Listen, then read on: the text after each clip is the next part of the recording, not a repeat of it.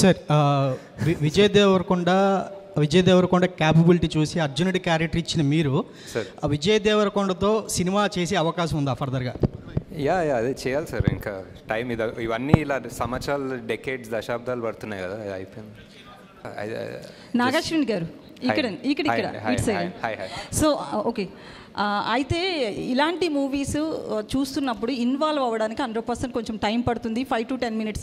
But ఈ movie కల్కి movie విషయంలో ఒక ½ hour వరకు కూడా ఆడియన్స్ ఇన్వాల్వ్ కాలేకపోయారు.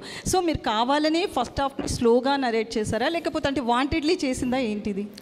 లేదు, అంటే ఐ థింక్ ఆనెస్ట్గా చెప్పాలంటే ఐ థింక్ ఫస్ట్ 7-8 minutes చాలా ఎంగేజింగ్ ఉండే అనుకుంటాను, like with the Mahabharata and those things. But once Kashi లోపలికి వెళ్ళి భైరవాద్ అంతా వచ్చినప్పుడు it became a bit slow.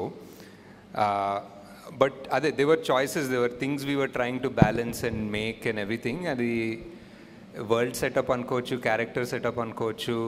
ఇప్పుడు దీపిక ఒక ల్యాబ్లో ఉంది, ఆ ల్యాబ్ ఏంటి, ఆ ల్యాబ్లో రోజు ఆమె పరిస్థితి ఏంటి, ఆమె స్కెడ్యూల్ ఏంటి అనేది ఒక రకంగా చూపించాం. మేబీ వేరే రకంగా చూపించేస్తే ఒక 1 minute తగ్గేదేమో, ఒక 1.5 minutes తగ్గుండొచ్చు. But these are all choices we made because ఇలాంటి సినిమా తీయలేదు. సో ఎందుకు తీసుకోవడం, పట్టని ఒక 30 seconds చూపించేస్తే అర్థం కాదేమో, ఒక 1.5 minutes తీసుకోవాలేమో అన్న ఒక చిన్న భయంతో తీసుకునే డెసిషన్స్.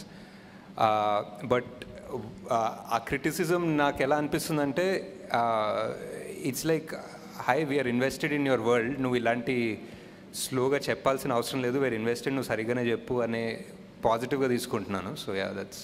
సార్ మీ హీరో ప్రభాస్ గారి గురించి sir, after completion of this journey what is Prabhas to you అంటే ఏం చెప్తారు?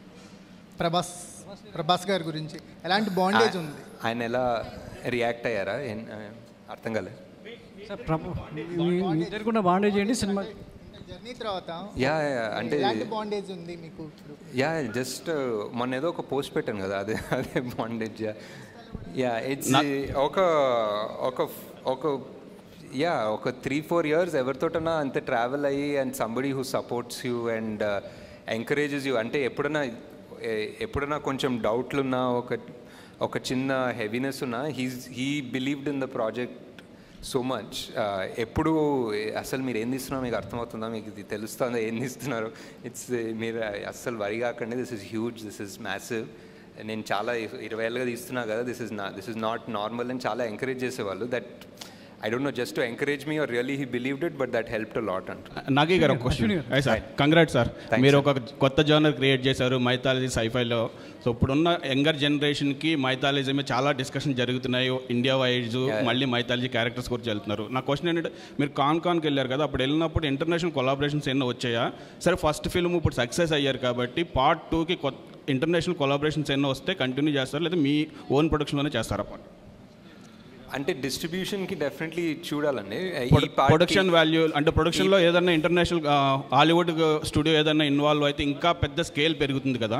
I think production wise we manage to pull it off అండి, but distribution wise definitely foreign వాళ్ళు వస్తే it's different ball game.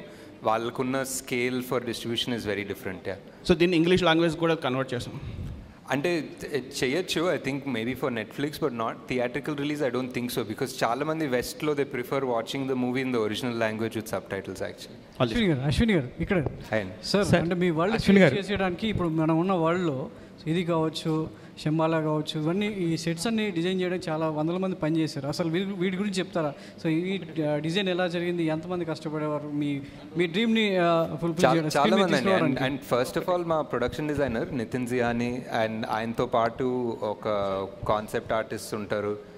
And constant ఇది అంటే Zoom calls అయితే అసలు హార్డ్ డ్రైవ్ జూమ్ కాల్స్ ఉంటాయండి బేసిక్లీ డిస్కస్ చేసేది. ఎక్కడ అంటే ఈ వరల్డ్లో ఇష్టమైన ప్లేసా? నాకు ఆ శంబాలా ఇష్టం అండి. ఆ శంబాలా స్టెప్స్ ఉంది కదా, రేపటి కోసం ఆ స్టెప్స్ మీద కూర్చోవడం అసలు చాలా పీస్ఫుల్ ఉంటుంది. మీరు చూసారా అక్కడ? వెళ్ళారా? ఆ స్టెప్స్ ఇంకా చూపిలేదా? ఆ సన్ రైజ్ సన్సెట్ చాలా బాగుంటుంది అక్కడ.